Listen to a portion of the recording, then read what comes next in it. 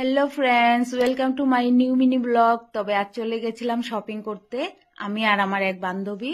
তবে শাড়ি কিনলাম, ভাবলাম শাড়ির সাথে রেডিমেড ব্লাউজও কিনে নেই। তবে এই ব্লাউজটা আমার সেই পছন্দ হলো, সেজন্য আমি কিনে নিলাম। তারপর দেখি দোকানটার মধ্যে অনেক ধরনের ব্লাউজ আছে, সুন্দর সুন্দর কালার, সেই দারুণ ব্লাউজগুলো।